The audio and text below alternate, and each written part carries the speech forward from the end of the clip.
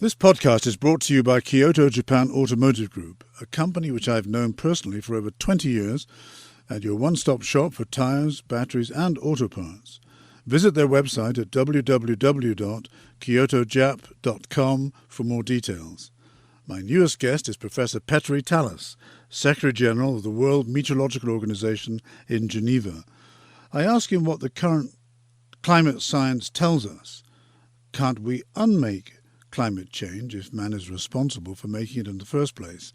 Why campaigns about climate change have taken on the mantle of religion of sorts in the minds and actions of some, the importance of clouds, and if humankind won't adapt to climate change just as we've always done. I hope you enjoy the podcast.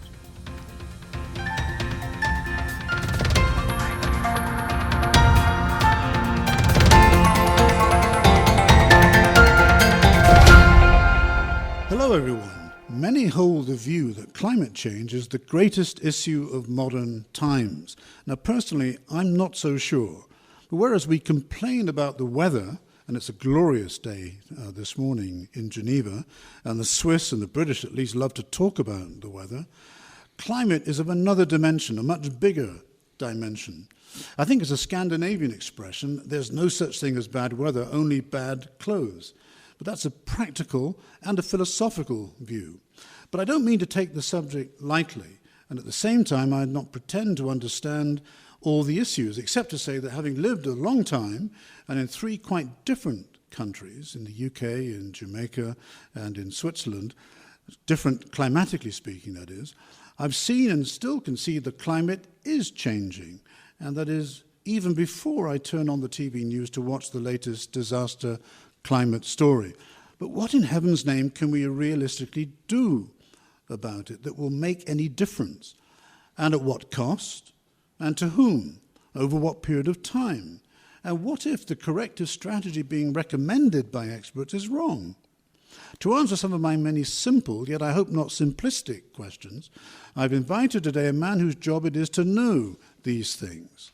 My guest is Professor Petteri Taalas. He's the Secretary General of the World Meteorological Organization. And if you live in Geneva or the region, you'll know it as that elegant, long, dark blue, high-rise building seemingly covered in louvres, Venetian blinds, beside the Jardin Botanique.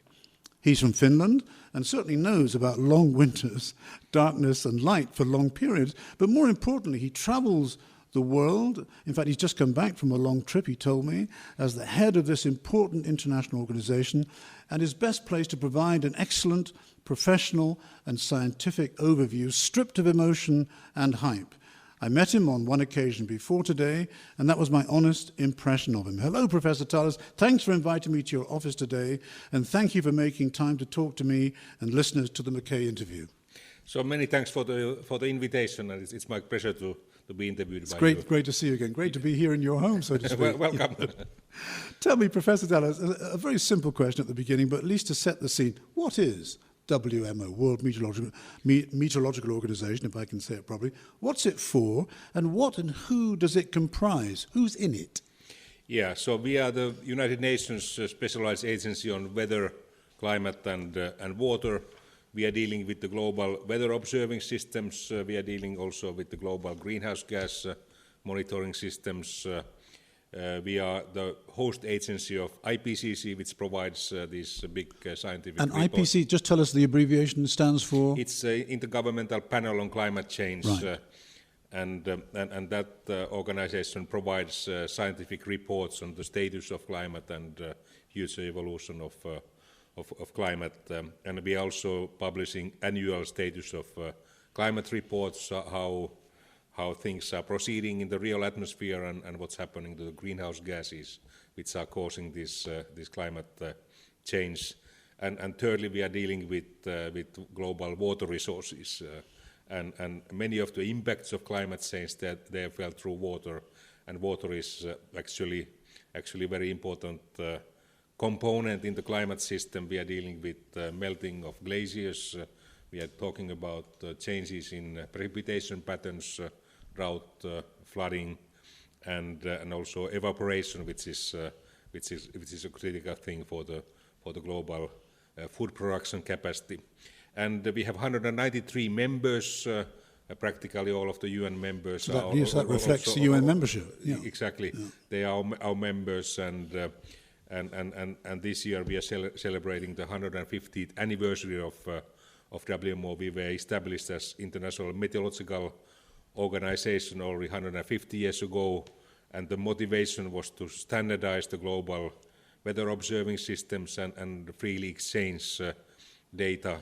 And if you want to forecast weather, one has to have at least regional data available, but in our case we are dealing with global data. And we are very much working as a vehicle to exchange data globally, which is very much needed for the weather forecasting. Without us, one wouldn't be able to provide high quality weather forecasts. So we are needed worldwide, and besides exchanging freely data, we are also exchanging know-how. And we have very fancy countries like UK, USA, most West European countries which have modern weather services, but then we have half of our members which don't have such services in place, and that means that once a high impact weather event hits those countries, the damage is much higher. Both human losses and economic losses we can avoid by having state-of-the-art weather services in place. So you're very much a clearinghouse. You're also a think tank. In fact, it seems from the way you described it, and I had no idea that you were so old as an organization. I'm sure many people listening to this program wouldn't have imagined that you could be 150 years old. Always in Geneva, by the way, or was it in other capitals? So we started in the Netherlands, and in the Netherlands, and after the Second World War, we were moved first to Lausanne and thereafter here to Geneva. I see. Okay, so now it's just a fascinating organization. So let me ask you the obvious question, first of all. And I mean, with all that information you've got, it's not going to be easy for you to distill it into a few paragraphs. But what does the science tell us about the state of the planet from the point of view of changes in the climate today? And is it a debate that's going on that we're maybe not aware of as non-specialists, or is there a general consensus? There's a high-level consensus that we have already seen 1.2 degrees global warming, and we have also seen changes in the precipitation patterns. In some parts of the world we have started observing more often drought, and some parts of the world we have started observing more often flooding. All of the mountain glaciers are melting at the moment, and that's contributing to the sea level rise, especially this melting of Greenland and Antarctic glaciers, and all these mountain glaciers, once they are melting, we are getting less fresh water to the main rivers here in Europe, in Asia, in South America, and North America. And in the southern hemisphere as well as the northern hemisphere. It's happening in both hemispheres, and we have seen warming of the oceans.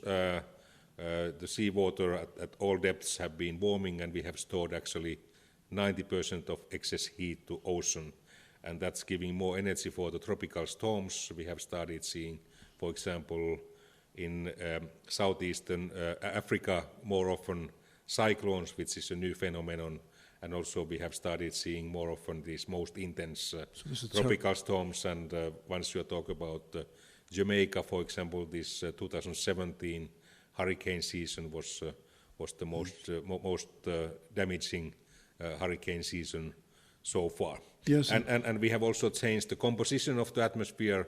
We are year by year breaking the records of carbon dioxide concentrations. We have increased the carbon dioxide concentration about 140% since the pre-industrial times, and we have enhanced the methane concentration, second most important greenhouse gas concentration, by 250% since the 18th century. Can I ask you to go back and just explain again that 90% regarding the oceans? I didn't quite understand that number. So we have started warming the planet, especially because of a higher concentration of carbon dioxide. Right, we are trapping the heat more to the lower atmosphere, and only a small fraction of that heat is visible in the atmosphere. Most of that heat is stored in the water, in the seawater. In the seawater. Yes. I see. Okay.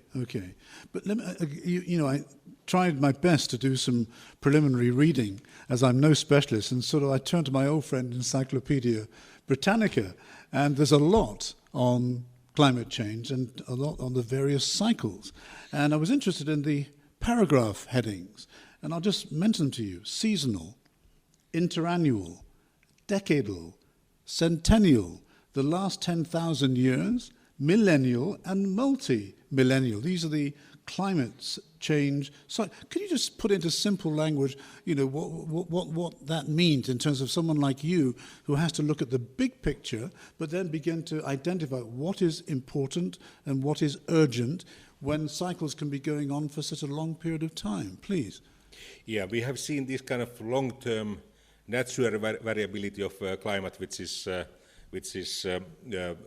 caused by the geometry between Sun and Earth. We have seen changes in the rotational parameters of Earth and also of the tilting of Earth, and this has caused, for example, this age variation. So we have seen glaciation and deglaciation periods, which is a natural phenomenon.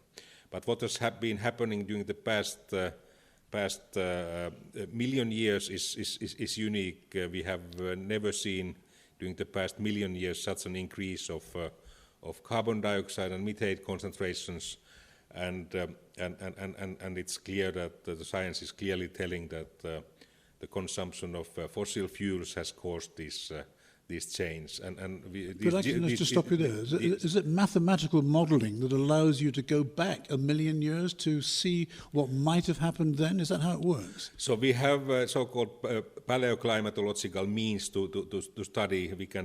We can study the sediments of the ocean bedrock, and then we can drill the ice cores of Greenland and Antarctica, and we can go back with these drilling techniques 800,000 years, and we can measure the old bubbles stored in the ice. Really? What is the greenhouse gas concentration? What is the methane concentration?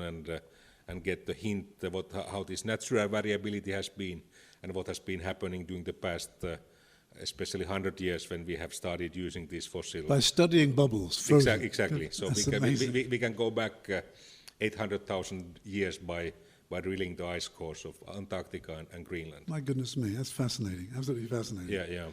So, man, Homo sapiens, mankind, is taking a lot of blame for the change in the climate. Can man unmake climate change? Can we do a lot individually, collect as countries, as governments, as communities? Yeah, so we cannot fully stop this change, so we cannot go back to these pre-industrial times anymore very easily, because the lifetime of carbon dioxide is very long. It takes thousands of years to sediment the carbon dioxide back to the ocean bedrock where it's originally coming from, but we could seize this negative trend in 2060s. By reducing the consumption of fossil fuels and by stopping deforestation, especially in the tropical rainforests. And the good news is that we have better and better technological means to be successful in this enterprise. The prices of solar and wind energy, they have been dropping under the prices of fossil energy. Most car manufacturers are providing electric vehicles. We could slightly decrease our consumption of red meat, which is partly provided by cutting the rainforests and planting soybeans, which are using as a feed for the cattle.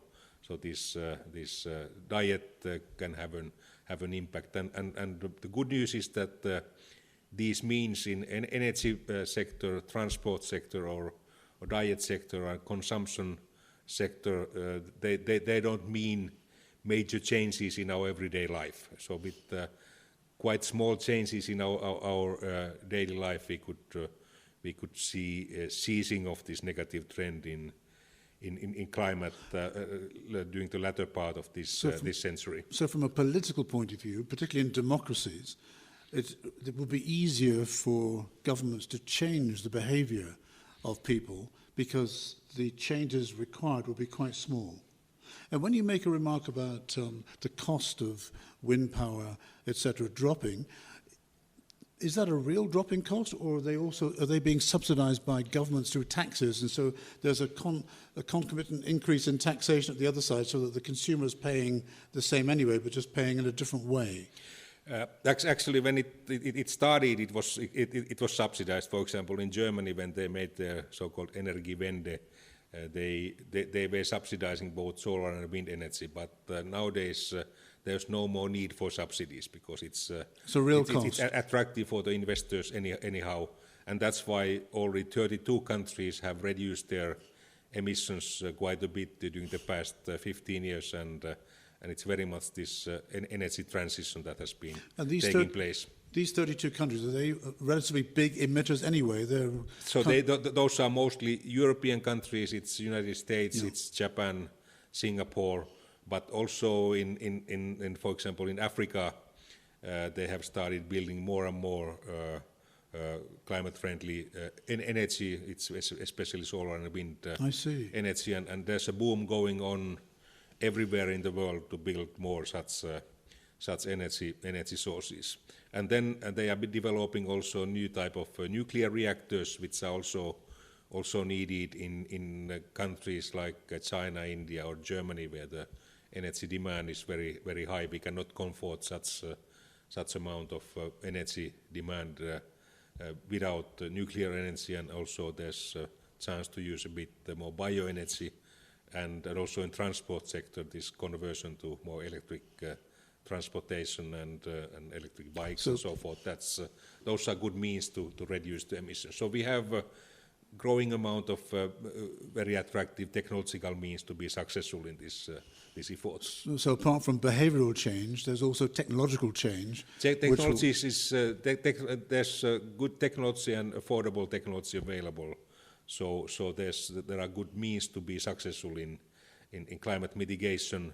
At the moment, we are not heading towards the slow limit of Paris Agreement 1.5. We are heading towards 2.5 to 3 degrees. But to me, it's quite realistic to expect to see us hitting this upper limit of Paris Agreement, 2 degrees. That's a good news story. During the latter part of this century. Yeah.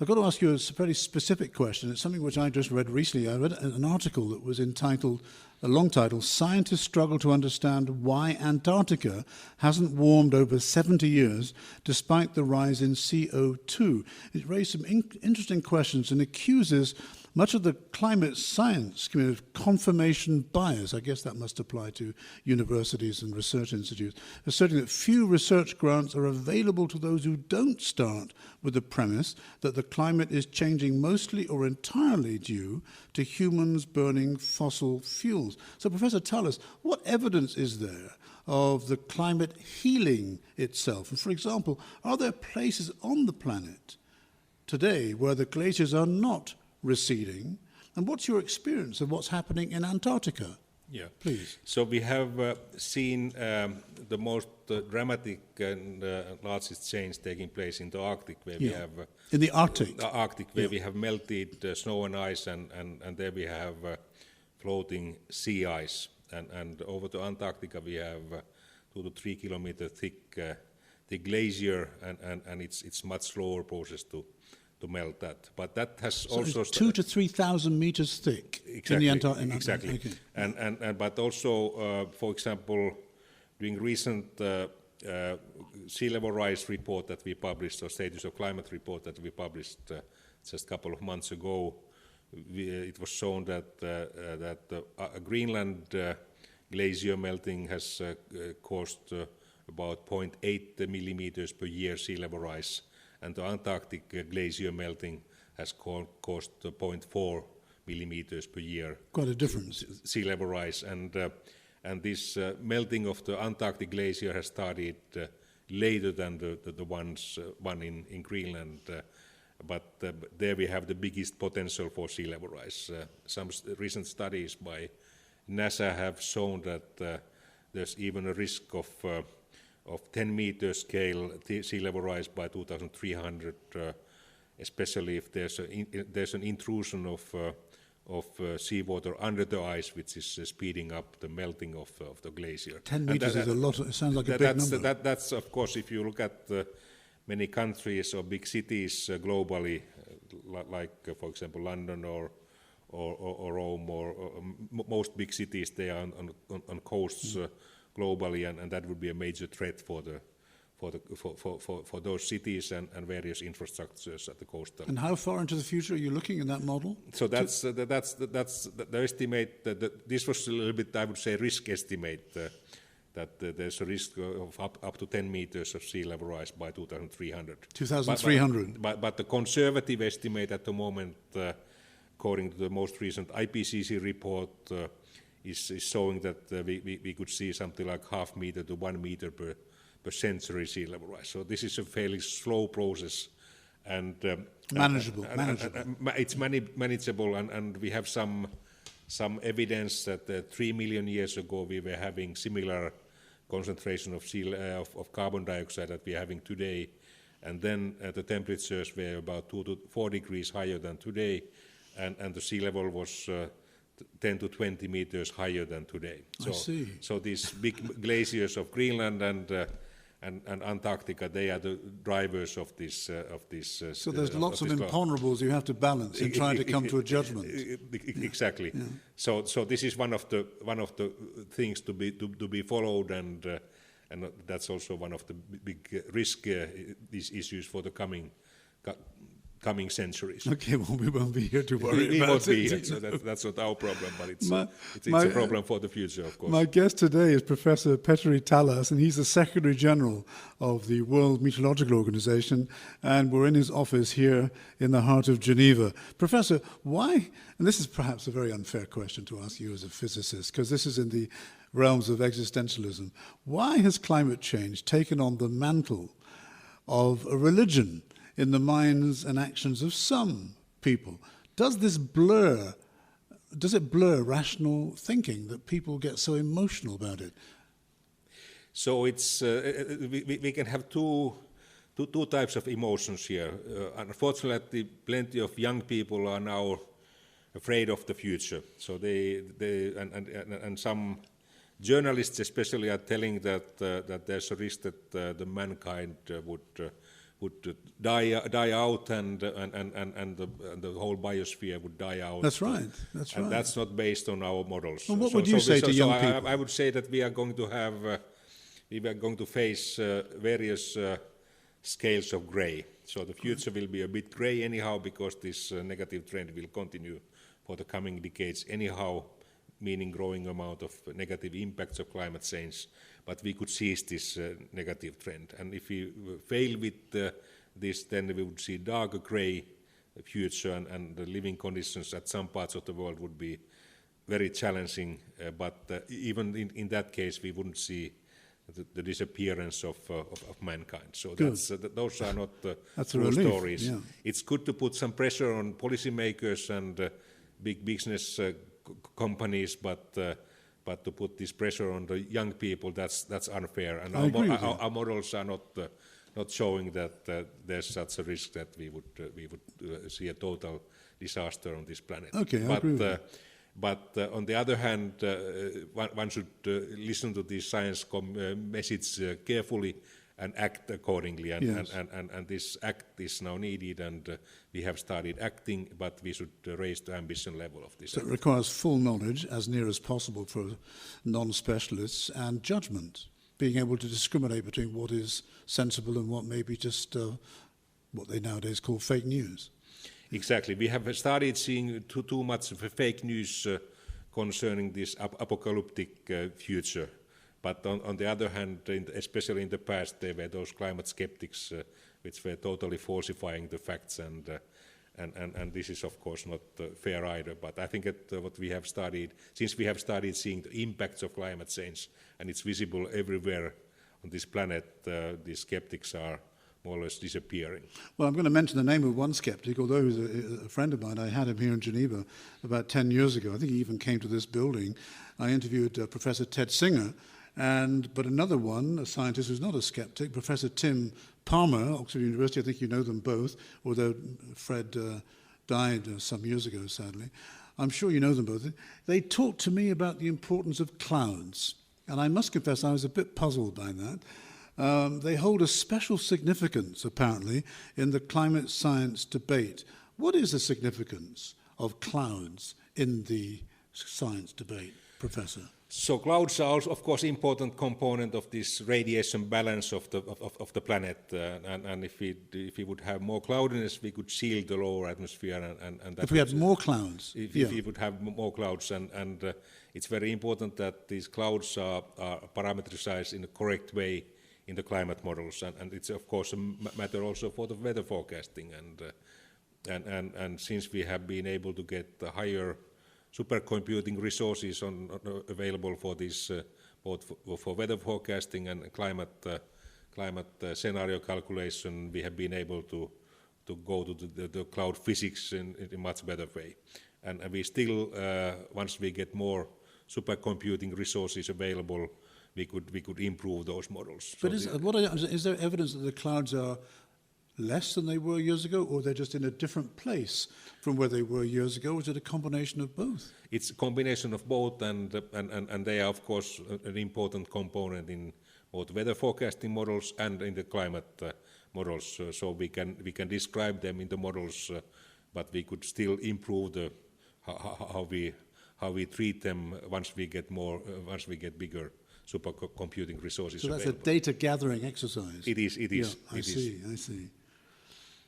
Question which I've asked other of my guests about different topics, but I ask you this about climate change. What don't we know about climate change? In other words, what are the known unknowns? When you sit at your desk and you're scratching your head thinking, God, if only I knew that, but I don't know that, but you're aware that something's out there. What are those things that make you scratch your head and think hard? I would say two things. For example, the speed of the melting of Antarctic glacier. That's one of the things where we have big uncertainty, and it has been demonstrated that there are also big risks if we would see this 10 meters sea level rise by 2300. So of course that would be really a game changer. So and the other one is what's going to happen to the weather extremes in the future. Yes. With the current climate models, we can describe these average changes fairly properly. So what's going to happen to temperature, what's going to happen to the tropical storms, and what's going to happen to the precipitation patterns globally. And what's the time horizon? 5 years, is it, or 3 years? We are talking about this climate model runs for the coming 50 years or 100 years. As long as that? So those are available, but we don't have enough information on the weather extremes. Actually, the biggest impacts of climate change, they are felt through these weather extremes. And again, there's a need to have these biggest possible supercomputing resources to go to higher resolution of those models, and then we could describe also these weather extremes in a better fashion. That's also also one of the things where there's a need for further evolution. Okay, this is my last question, Professor, and I don't know about you. I get the impression that you're a bit like me. I'm a glass half full man, not a glass half empty man. How did the human species adapt to change of climates in past times? I mean, can't humankind adapt again, as we always have done as a species? Or there's just too many of us these days compared with, even 100 years ago, let alone 200 or 300 years ago? Adaptation, tell me a little bit about that. So anyhow, we have to adapt to climate change, since this negative trend will continue for the coming decades, meaning bigger impacts of climate change, and we have to mitigate these negative impacts of climate change, and one mean is to improve the weather forecasts, and that's a challenge in half of our member countries in Africa, Caribbean, Pacific islands, especially where we don't have state-of-the-art early warning services. So that's a resource question, is it? That's a resource question, and it's also, and that's why we have now a major program called Early Warning Services for All. Secretary General Guterres has given us a mandate to prepare such an action plan that in 5 years we would have 100% coverage of proper early warning services. And of course, we have also plenty of technological means, and we have to take it into account in agriculture, business, and various infrastructures, how to cope with rising sea level, higher temperatures, changes in precipitation patterns. And does that depend on governments, or is there private enterprise, private sector also working with government? So both are needed. So governments can allocate some resources and they can direct these activities, but most of the financing has to come from private sector and also from us as consumers. I see. Okay. Look, we're out of time, Professor. It's fascinating. I mean, we could have this debate, and I hope we will have this debate again, because it's evolving, as you said. And I just thank you again for inviting me here. You're very helpful, and I found illuminating answers. My guest today has been Professor Petteri Taalas, Secretary General of the World Meteorological Organization. Thank you, Professor. It was my pleasure. Thanks a lot. Thanks for listening to the Mackay Interview podcast, brought to you by Kyoto Japan Automotive Group, a company which I've known personally for over 20 years, and your one-stop shop for tyres, batteries and auto parts. Visit their website at www.kyotojap.com for more details. And you can find more podcasts on Anchor FM. Just Google Mackay Interview Anchor FM. Thanks again for listening.